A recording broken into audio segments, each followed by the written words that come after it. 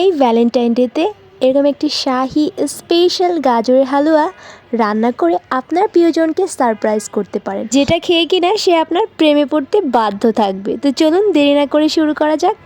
আজকে আমি রান্না করব গাজরের স্পেশাল শাহি হালুয়া। তো তার জন্য আমার লাগবে এরকম গ্রেট করে রাখা গাজর কুচি, দেন লাগবে প্রিমিয়াম ঘি, তারপরে গুঁড়া দুধ, কিছু নাটস রেখেছি আমি, আর একটা ফ্রাই প্যান, আর কিছুটা দুধ এখানে জাল করে রেখেছি। তো চলুন দেরি না করে রান্নাটা শুরু করে দিই। শুরুতেই আমি এখানে অল্প পরিমাণে ঘি দিয়ে দিব এবং সেখানে আমি বাদামগুলো ভেজে নেব। আমি এখানে নিয়েছি কাজু বাদাম, কাঠবাদাম আর কিছু কিশমিশও নিয়ে নেব।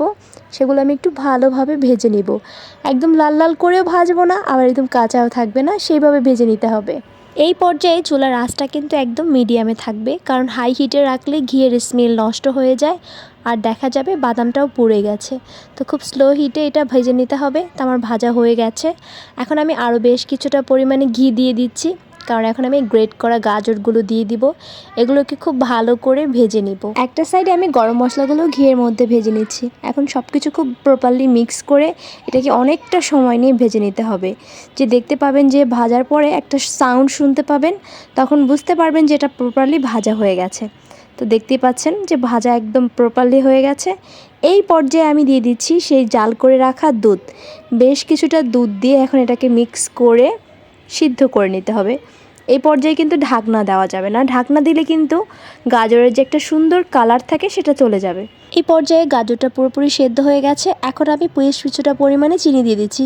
আপনারা আপনাদের পরিমাণ মতো মিষ্টি বুঝে চিনি দিবেন। তো দেখতেই পাচ্ছেন চিনিটা একদম টেনে গেছে, পানিটাও শুকিয়ে গেছে প্রায়। এই পর্যায়ে আমি দিয়ে দিচ্ছি বেশ কিছুটা পরিমাণে গুঁড়া দুধ। এই গুঁড়া দুধের কারণেই খেতে কিন্তু ভীষণ মজা লাগবে। তো এখন আমি এটাকে দিয়ে খুব ভালো করে একটু ভেজে নিয়েছি। এখন লাস্ট পর্যায়ে মানে ঠিক নামানোর আগের মুহূর্তে বেশ কিছুটা ঘি দিতে হবে। এই ঘিয়ের ফ্লেভারটাই পুরো হালুয়াতে থাকবে।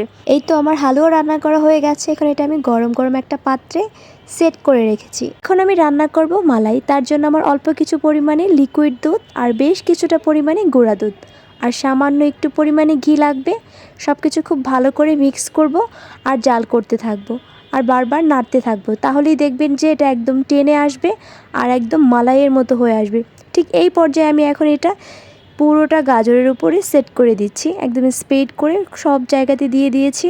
দেখতেই পাচ্ছেন খুব ভালো করে সেট হয়ে গেছে। এখন আমি এটার উপরে দিয়ে দিব ভেজে রাখা বাদামগুলো দিয়ে আমি ডেকোরেশন করে নিচ্ছি।